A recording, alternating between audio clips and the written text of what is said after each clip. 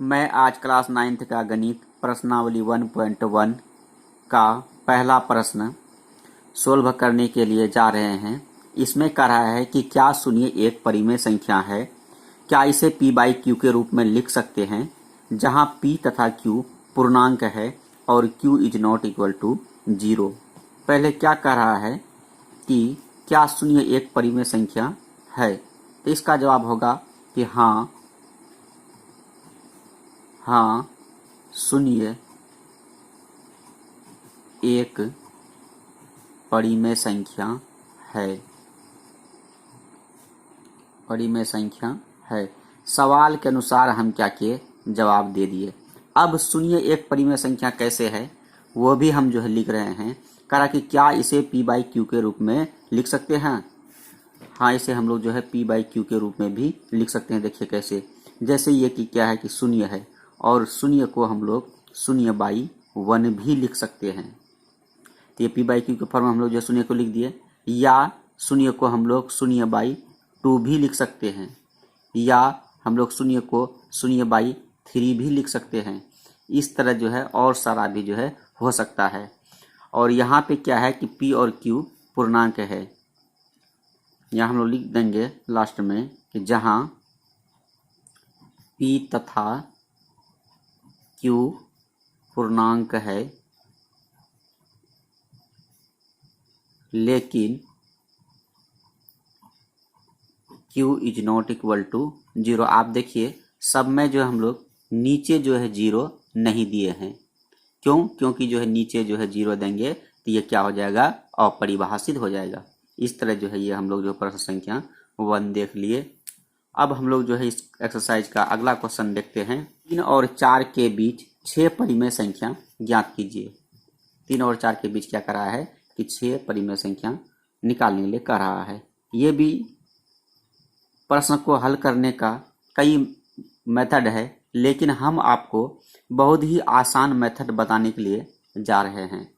देखिए इसमें क्या है, ये जो 3 दिया हुआ है ना, 3 बराबर हम लोग लिखेंगे। 3 लिख सकते हैं, 3 बराबर 3, कोई दिक्कत नहीं है। अब आगे देखिए कि 6 परिमेय संख्या ज्ञात करने के लिए कह रहा है। तो जब ये 6 परिमेय संख्या ज्ञात करने के लिए कहेगा तो 6 में एक और जोड़िए, तो 6 प्लस 1 कितना हो जाएगा, 6 प्लस 1, यानी 6 प्लस 1। अब फिर नीचे इसका देंगे हम लोग 6 प्लस 1। 6 प्लस 1 से हम लोग क्या करेंगे, गुना भाग करेंगे। अब आप लोग फिर से इसको जो है रिपीट कर देते हैं कि जब जो है 6 परिमेय संख्या जो है निकालने के लिए कहेगा, तो जितना परिमेय संख्या निकालने के लिए कहेगा उसमें और एक जोड़ेंगे और उससे क्या करेंगे, हम लोग गुना भाग करेंगे। इस तरह से जो है यहाँ 3 बराबर कितना हो जाएगा, 3 इंटू 7 बाई 7, यानी जो है 7 या 21, 21 बटे ये कितना हो गया 7। 3 इक्वल टू कितना हो गया, 21 बटे 7 हो गया। उसी तरह जो है 4 है, तो 4 को हम लोग भी जो है 4 बराबर 4 लिखे। फिर जो इसमें हम लोग क्या करेंगे, 6 परिमेय संख्या बोला है तो 6 में एक और जोड़ेंगे, 6 1 7, यानी 7 से क्या करेंगे, इसको हम लोग जो है गुना भाग करेंगे। तो अब ये जो है 4 बराबर कितना हो गया, 7 चौका 28, 28 बटे 7। अब देखिए, अब आपको क्या करना है कि आपको दो संख्या मिला। 3 को हम लोग जो है 21 बटे 7 लिखे हैं और 4 को हम लोग जो है 28 बटे 7 लिखे हैं। तो अब 21 बटे 7 और 28 बटे 7 के बीच कौन कौन संख्या हो सकती है, 22 बटे 7, 23 बटे 7, 24 बटे 7। इस तरह जो है हम लोग 27 बटे 7 तक जो है 6 परिमेय संख्या लिख लेंगे। लास्ट टाइम लिखेंगे, अतः 3 और 4 के बीच 6 परिमेय संख्या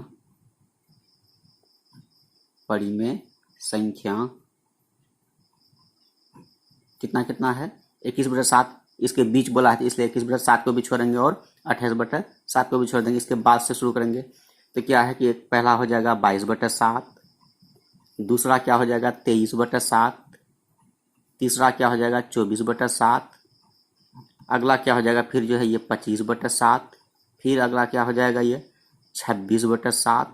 कैसे हो गया, 1 2 3 4 5, 5 हो गया। 6 परिमेय संख्या बोला है, लिखिए तथा 27 बटे 7 देखिए आप लोग 6 परिमेय संख्या में हुआ कि नहीं हुआ। 22/7, 23/7, 24/7, 25/7, 26/7, 27/7, 3 3 6 हो गया। इतना है ना परिमेय संख्या है। ये हो गया आंसर। इसमें क्या कर रहा है क्वेश्चन नंबर 3 में, कह रहा है कि 3/5 और 4/5 के बीच परिमेय संख्या ज्ञात कीजिए। कितना परिमेय संख्या ज्ञात करना है? इसके बीच 5 परिमेय संख्या ज्ञात करना है। अब देखिए इसके लिए हम लोग क्या करेंगे। देखिए परिमेय संख्या निकालने के कई विधि है, लेकिन हम आपको जो है सबसे सरल विधि बताएंगे। तो जैसे आप लोग क्या देख रहे हैं, 3/5 देख रहे हैं। अब इस 3 में क्या करेंगे हम लोग, जो है 5 से जो है भाग देंगे। तो 5 से भाग दिया, 3 में 5 से भाग नहीं जो है लगेगा, तब आप लोग क्या देंगे, पॉइंट देंगे। पॉइंट देने के बाद यहाँ जो है 30 क्या दीजिएगा, 0 दीजिएगा, 30 हो जाएगा। तो 5 6 30 ये आ जाएगा। ये 3 में 5 से भाग देंगे 0.6 होगा। आप लोग जो है भाग दे के भी जो है देख सकते हैं। ये तो इधर हो गया। बाकी और एक क्या है, और एक है 4/5। 4/5 फिर उसी तरह जो है 4 में 5 से भाग नहीं लगेगा, तब हम लोग क्या करेंगे, पॉइंट देंगे। पॉइंट देंगे तो यहाँ 0 देंगे, तो 40 हो जाएगा। 5 8 40, तो 0.8 हो गया। यानी 3/5 इक्वल टू कितना हो गया, 0.6। और 4/5 इक्वल टू हो गया कितना, 0.8। अब देखिए यहाँ पे ये जो 0.6 है, यदि हम 0.6 को 0.60 भी लिख देंगे तो ये क्या होगा, इसके इक्वल होगा। क्यों? क्योंकि जो है इस 0 का कोई वैल्यू नहीं होगा। उसी तरह यहाँ पे 0.8 को 0.80 भी अगर लिखेंगे तो ये भी क्या होगा, इसके इक्वल हो जाएगा। ये तो हो गया। अब इसके पीछे 5 परिमेय संख्या वो जो है निकालने के लिए बोला है। तो अब हम लोग क्या करेंगे, लिखेंगे 3/5 और 4/5 के बीच 5 परिमेय संख्या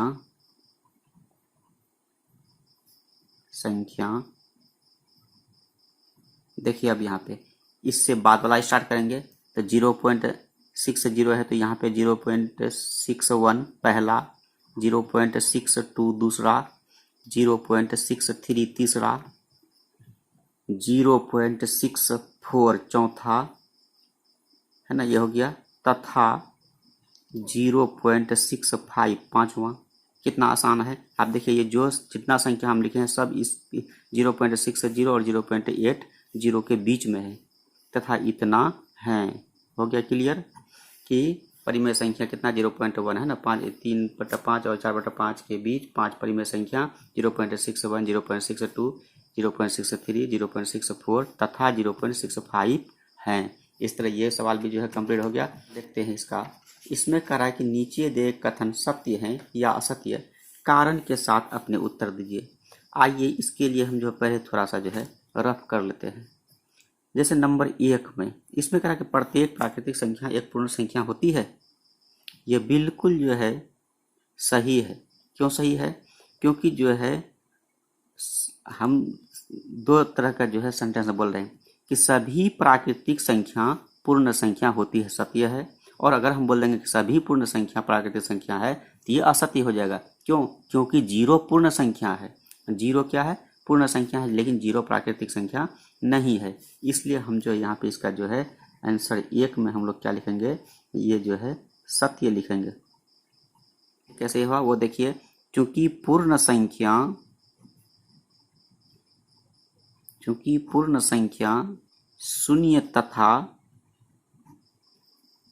प्राकृतिक संख्या के समूह होती है। शून्य तथा, चूंकि पूर्ण संख्या शून्य तथा प्राकृतिक संख्या के संग्रह होती है। तो अब यहाँ पे देखिए कि पूर्ण संख्या में प्राकृतिक संख्या भी आ गया। इसलिए कराया है कि प्रत्येक प्राकृतिक संख्या क्या होता है, एक पूर्ण संख्या होता है। अब आगे देखिए इसका जो है 2 नंबर, ये तो 1 हुआ। 2 नंबर में है कि प्रत्येक पूर्णांक एक पूर्ण संख्या होती है, नहीं होती है। ये असत्य हो गया। इसलिए नहीं होता है कि ये जो ऋणात्मक पूर्णांक है, तो ऋणात्मक पूर्णांक पूर्ण संख्या नहीं होगी। क्यों? क्योंकि पूर्ण संख्या में सिर्फ जो है शून्य तथा प्राकृतिक संख्या होती है। सुनिए, तथा धनात्मक संख्या होती है लेकिन ऋणात्मक संख्या नहीं होती है। इसलिए हम लोग यहाँ पे लिख सकते हैं कि ऋणात्मक संख्या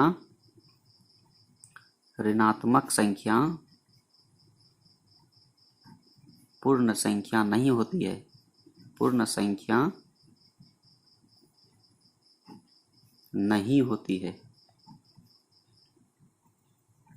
ये हम लोग क्या किए, इसका जो है कारण दे दिए। अब जो है इसी का 3 नंबर है कि प्रत्येक परिमेय संख्या एक पूर्ण संख्या होती है, यह भी असत्य हो जाएगा। इसलिए कि परिमेय संख्या